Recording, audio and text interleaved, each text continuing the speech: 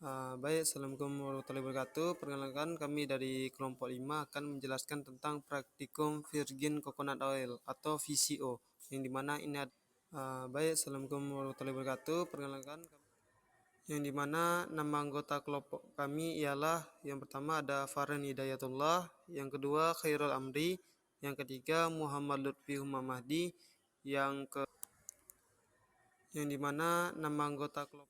Adapun tujuan praktikum kami yang pertama adalah mempelajari proses pembuatan VCO secara mekanik dan fermentasi.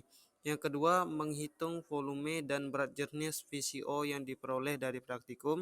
Yang ketiga, mengetahui metode analisa kualitas.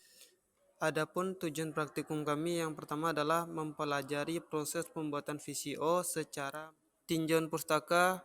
Dari VCO yang pertama, Virgin Coconut Oil atau VCO adalah minyak kelapa murni yang diperoleh dari daging kelapa segar melalui proses tanpa pemanasan tinggi atau penggunaan bahan kimia sintetis. Proses ini bertujuan untuk mempertahankan kandungan nutrisi dan senyawa bioaktif. Tinjauan pustaka dari VCO yang pertama, Virgin Coconut.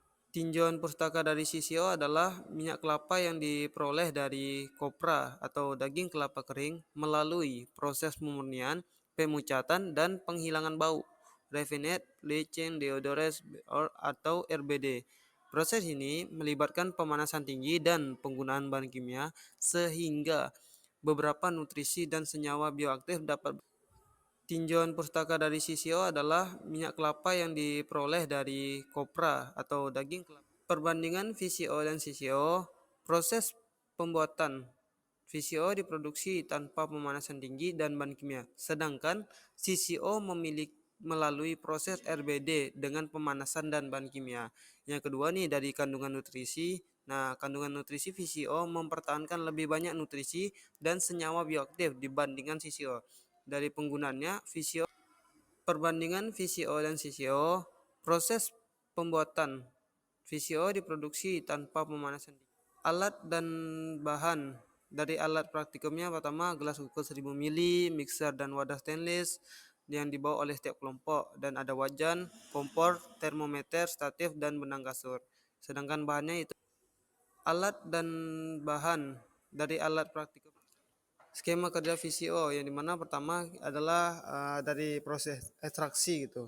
Dari 5 butir kelapa yang sudah diparut tadi diekstraksi untuk memisahkan santan, dan didapatkanlah santan dari parutannya tadi dan ekstraksinya tadi, sehingga wadah pertama dimasukkan santan tadi ke wadah pertama, didiamkan selama 30 menit supaya itu sekalian melakukan proses sedimentasi, yaitu nanti airnya di bawah sedangkan santan pekatnya di atas, karena santannya memiliki berat massa yang lebih kecil gitu. Nah, baru dimasukkan ke wadah kedua, santan pekat tadi dimasukkan ke wadah kedua, lalu diaduk merata selama 15 menit.